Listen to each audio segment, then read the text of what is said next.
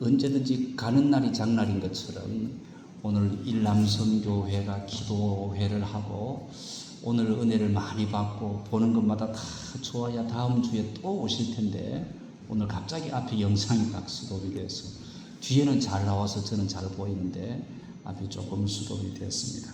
그래도 하나님께서 우리 가운데 역사해 주실 줄로 믿습니다. 아주 오래 전에 한국 교회가 이제 막 이렇게 부흥의 물결이 일어날 때 곳곳에는 교회들마다 간증들이 꽤 많이 있었습니다. 그 교회 중에 한 젊은 친구가 시골에서 무작정 상경을 했습니다. 그때는 상경하는 청년들이 꽤 있었어요.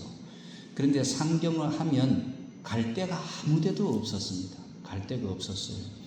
그래서 아무것도 없는 상황 속에서 주일 학교 시절 기억을 더듬어서 교회를 찾아간 것입니다. 교회 찾아가니까 교회는 문이 열려 있었지요. 그래서 교회 안에 들어가서 밤에 잠을 자고 저도 그런 경험이 있거든요. 교회 안에서 잠을 자고 낮에는 바깥에 나가서 구걸을 하고 밤에는 다시 교회 다녀와서 잠을 자고 그렇게 했습니다. 그러다가 이 새벽 시간이 되면 그냥 잠만 잘 수 없잖아요. 새벽 시간만 되면 이제 다 일어나서 거기에서 이제 뒤에 앉아가지고 예배를 드렸던 것입니다. 그리고 낮에는 구걸하고 밤에는 교회에서 잤던 이 청년을 이름해서 박거지다 이렇게 불렀답니다. 그런데 새벽 기도회에 자연스럽게 참석하다가 보니까 신앙이 점점 자라게 되어졌지요. 어느 날 교회에서 부흥 집회가 열렸습니다. 그 시대는 참 부흥회도 많았어요. 제가 첫 담임했던 그 시골 교회 거기에도 1년에 한 번에서 두 번은 늘 부흥회를 했습니다. 부흥회를 했는데 그래서 어느 날 부흥 집회가 열렸고 그 시대는 역시 성전 건축을 위한 작정 헌금이 진행되고 있었습니다. 옆에 앉아 계셨던 장로님께서 1,500만 원을 작정을 다 하셨습니다. 아마 그 시대는 좀 이렇게 사람들에게 강조를 많이 해서 그랬을 수도 있어요. 그런데 박거지 청년은 가만히 생각해 보니까 장로님보다는 자기가 교회에 훨씬 많이 와 있고 자기는 매일 교회에서 잠도 자는데 그래서 자기도 그냥 글로 적었대요. 2천만 원을 헌금하겠습니다 라고 적었답니다. 그런데 거지 주제에 바깥에 나가서 구걸하는 주제에 2천만 원이 어디에 나오겠습니까? 그리고 예배를 마치고 집에 다 돌아가고 나서 혼자 이제 있으니까 이야 이거 큰일 났다 싶은 거예요. 바깥에 나가서 구걸해서 삼시세끼 밥도 못 얻어먹어서 빌빌대고 있었는데 이게 자기가 작정을 했으니까 얼마나 기가 막힌 일입니까? 그래서 한참 고민을 하다가 어느 날 새벽 기도 중에 하나님의 약속을 다시 떠올립니다. 그렇게 약속을 떠올리고 나서는 도저히 마음에 부담이 되어서 견딜 수가 없었어요. 그래서 견딜 수 없으면 어떻게 해야 되죠? 목사님께 찾아갔죠. 그래서 목사님, 제가 사실 바깥에서 얻어먹고 사는데 헌금을 2천만 원 한다는 것은 말도 되지 않은 것 같습니다. 그러니 죄송하지만 목사님께서 좀 취소해 주세요. 이렇게 이야기를 했답니다. 그랬더니 그 시대의 목사님들은 저처럼 좀 이렇게 부드럽지 않았어요. 그 시대 목사님들은 하나같이 딱 부러졌어요. 야, 나는 취소할 수 있는데 하나님과의 약속이 어떻게 취소가 되냐? 그렇게 이야기를 한 겁니다. 그 말을 들었던 청년이 얼마나 부담이 됐을까요? 당장 한 끼도 못 먹는 친구가. 그래서 그날부터 그는 이제 이래서 안 되겠다 싶어서 고물을 주워 다니는 일들을 그때부터 시작을 했답니다. 그런데 놀랍게도 고물을 줬다가 보니까 2천만 원을 헌금을 다 하게 된 겁니다. 어떻게 해서 그렇게 되어졌느냐 했더니 고물을 줍다가 보니까 고물을 모으면 어느 것이 돈이 되고 이런 것이 처음에는 아무것도 몰랐는데 시간이 지나면서 그게 돈이 되어지는 것을 발견해서 고물 장사를 하게 되었고, 그래가지고 그 교회의 귀중한 그 직분자로 쓰임 받는 청년으로 올라섰다라는 것입니다. 그 모습을 통해서 약속이 얼마나 중요한가라는 이야기들을 해주고 있습니다. 특별히 하나님과의 언약은 생명처럼 여겨야 한다라는 모습을 다시 배웁니다. 그래서 오늘 저도 성경에서 가장 유명한 이 원수와의 친구가 되어졌던 요나단과의 언약을 바라보면서 이 축복의 원리가 어떻게 흐르고 있는지를 살펴보려고 합니다. 그 첫 번째는 이 약속은 하나님과의 약속이었다라는 것입니다. 영적 축복의 기초는 결국은 하나님과의 언약에 있다라는 것을 발견합니다. 다윗과 요나단은 외적으로는 가까워질 수 없는 존재입니다. 원수 아니겠습니까? 다윗은 사울 왕의 미움을 받아서 도망을 다니는 신세였고, 요나단은 사울의 아들이었습니다. 그러나 그들은 들판에서 만나서 하나님 앞에서 언약을 맺습니다. 12절 13절에서 요나단은 다윗에게 사울의 본심을 알아내어서 전해주겠다, 아버지의 본심을 내가 알아내어서 너에게 이야기하겠다라고 합니다. 심지어 다윗이 죽을 위기에 처하면 피할 길까지 열어주겠다라고 약속을 합니다.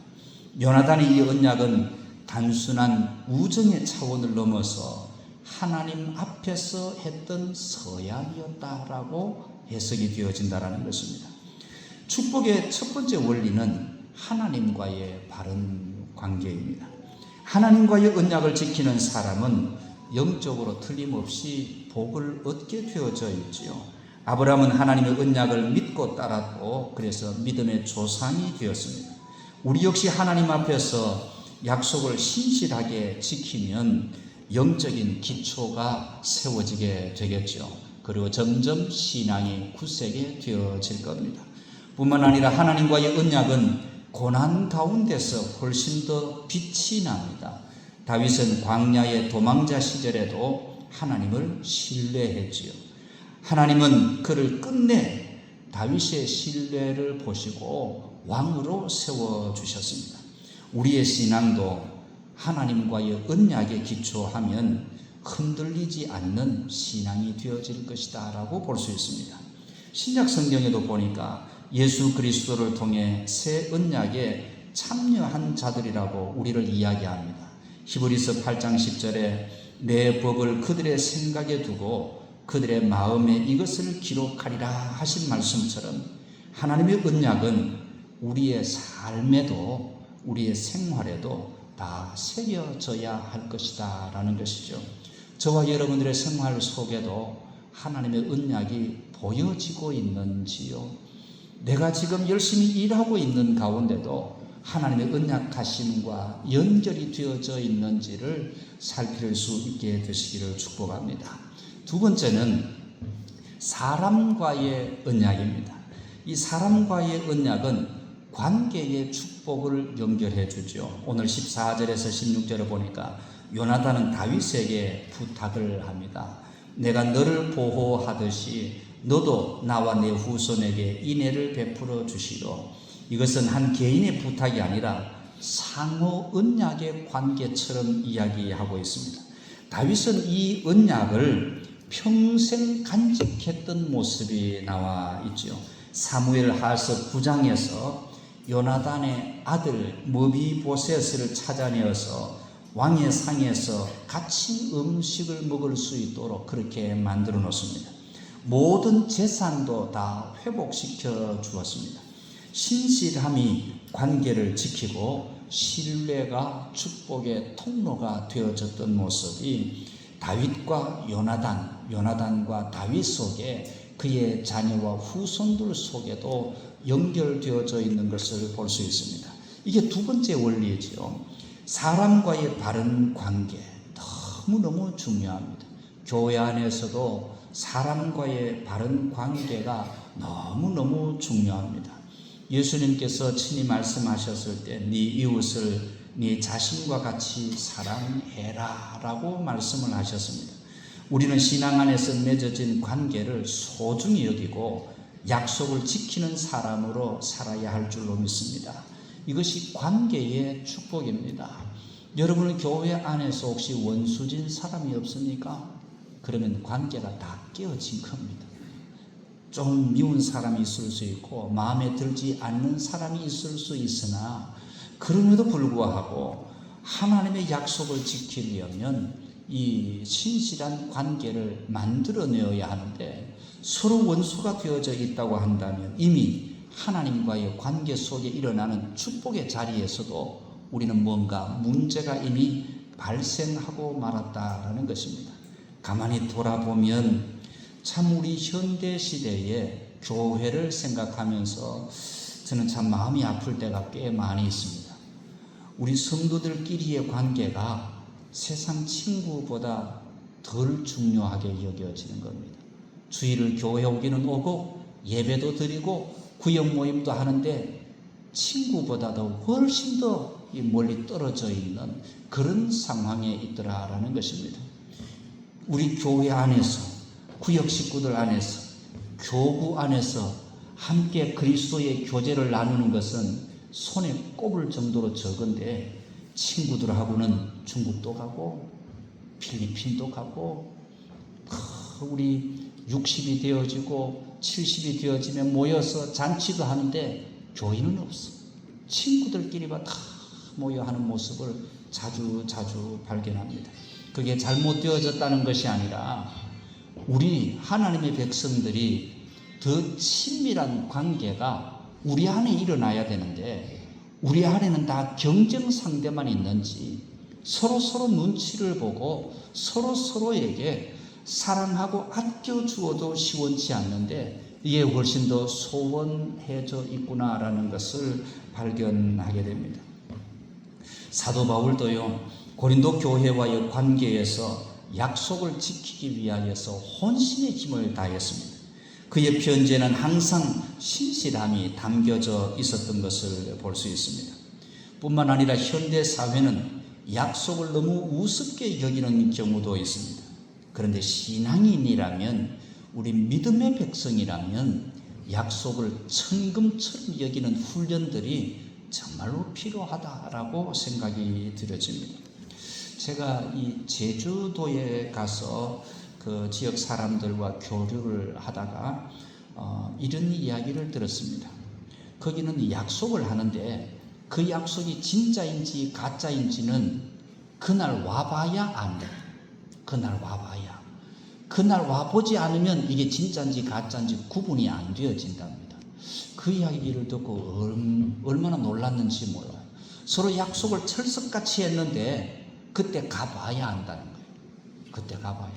그러니까 약속은 했는데 상대방은 나는 약속은 아니다, 그냥 이야기만 한 것이다, 그런 형편에 있었던 것을 봅니다.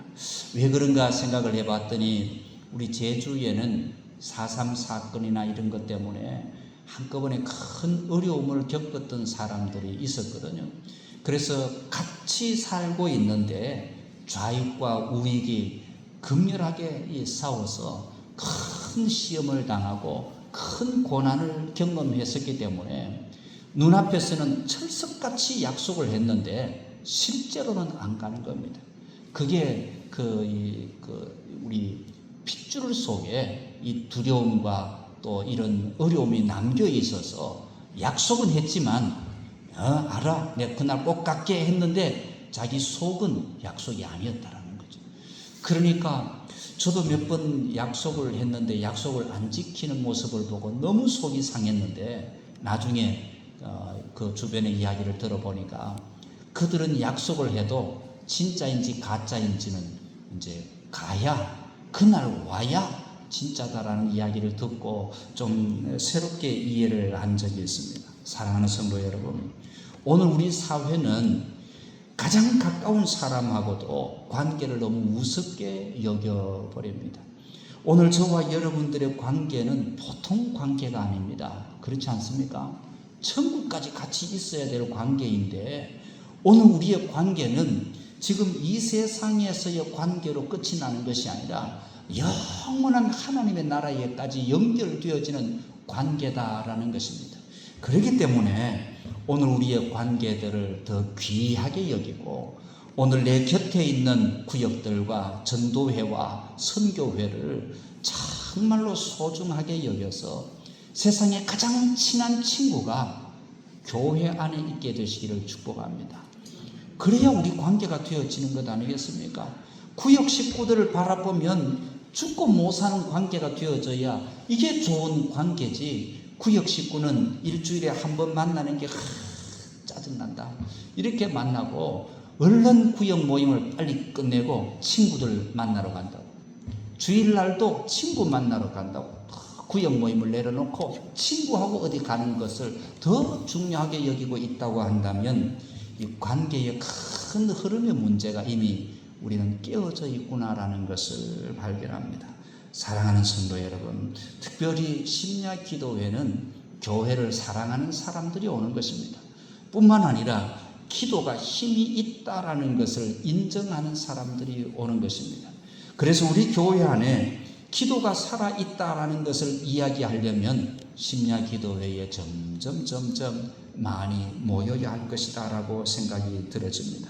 그래서 하나님과의 관계가 열려져 있다면 그 다음에 우리 사람과의 관계도 잘 열려질 수 있고 신실하게 약속을 지켜내는 그런 우리 모두가 될 수 있기를 축복합니다.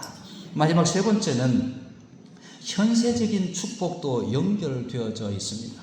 하나님의 공급하시는 것이죠. 요나단과의 언약을 지켰던 다윗은 하나님의 도우심을 받고 이스라엘의 왕이 되어졌습니다.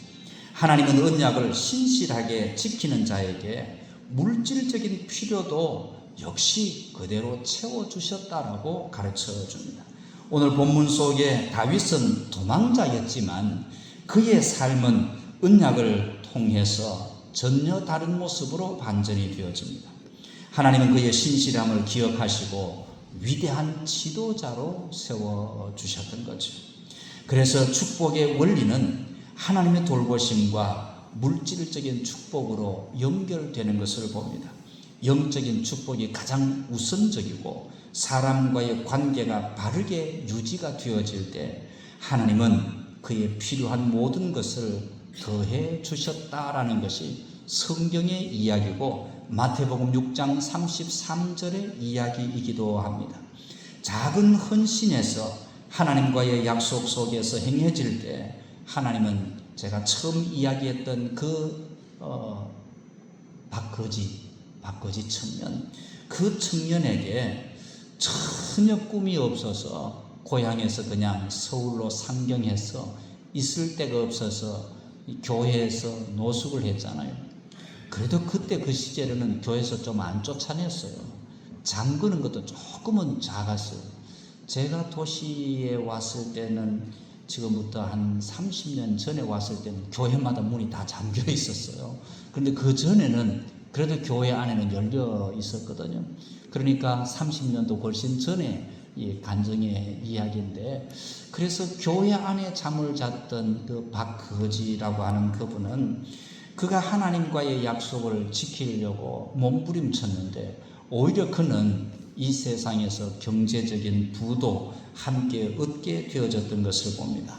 신앙의 사람은 필요를 따라서 살아가는 사람이 아니고 믿음을 따라서 살아가는 사람을 신앙의 사람이다라고 이야기합니다. 그리고 믿음에 응답하시는 분이 우리 하나님이십니다. 우리가 교회 속에서 섬기며 봉사하고 헌신할 때도 필요에 따라서 해야 되는 것이 아니라 믿음을 따라서 해야 한다라는 것입니다. 우리의 믿음을 보이기 위하여서 우리의 믿음이 나타내어지는 자리에 섬김과 봉사와 헌신이 있어야 한다라는 것이죠. 성경에 하나님은 광야에서 만나와 메추라기를 주셨고 오병이어의 역사도 행하였으며 주님의 공급하심은 지금도 동일하게 역사하고 계신다라고 믿습니다. 우리가 먼저 그의 나라와 그의 의를 구하면 하나님은 우리의 필요를 틀림없이 채워주실 것이다 라고 믿어 의심치 않습니다. 우리 교회가 달려가야 할 건축의 문제가 있잖아요. 건축 그러니까 벌써 머리가 아파지잖아요. 머리가 아파야 되는 것이 아니라 하나님의 방법을 찾고 하나님을 향한 그 믿음의 길을 걸어낼 수 있도록 기도하는 것이 먼저다라고 여겨집니다.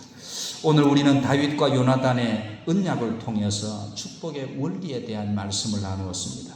하나님과의 언약이 신앙의 기초이고 영적인 축복의 길이다라고 말씀을 하죠. 사람과의 언약은 관계의 복을 얻게 되고 신뢰를 통해서 공동체가 든든하게 세워지게 됩니다. 하나님의 돌보심은 신실하심 속에서 물질적인 필요까지도 채워주시는 축복의 역사가 있었다라는 것입니다. 믿음의 사람은 언약을 지키는 사람입니다. 우리 또한 하나님과의 약속을 지키고 사람들과의 신뢰를 쌓고 그 모든 삶 속에서 하나님의 인도하심을 체험할 수 있으면 좋겠습니다.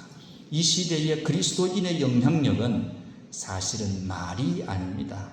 약속을 지키는 신실함 속에서 있다라는 것입니다. 우리가 정말 결단해야 되는 것은 우리는 어떤 일이 있어도 약속은 지킨다. 가족과도 동일하고 친구와도 마찬가지고 구역 식구들과도 약속은 지킨다. 내가 한 약속은 내가 지킨다. 이런 모습을 잘 간직하고 살아야 하나님과의 약속이 잘 이루어졌으면 사람과의 약속도 잘 연결이 되어져 있어야 그 다음에 우리가 좋아하는 물질과의 관계도 연결되어지더라라는 것이죠. 이 귀중한 축복의 역사가 요나단과 다윗처럼 우리도 그렇게 달려갈 수 있게 되시기를 주의 이름으로 축복합니다.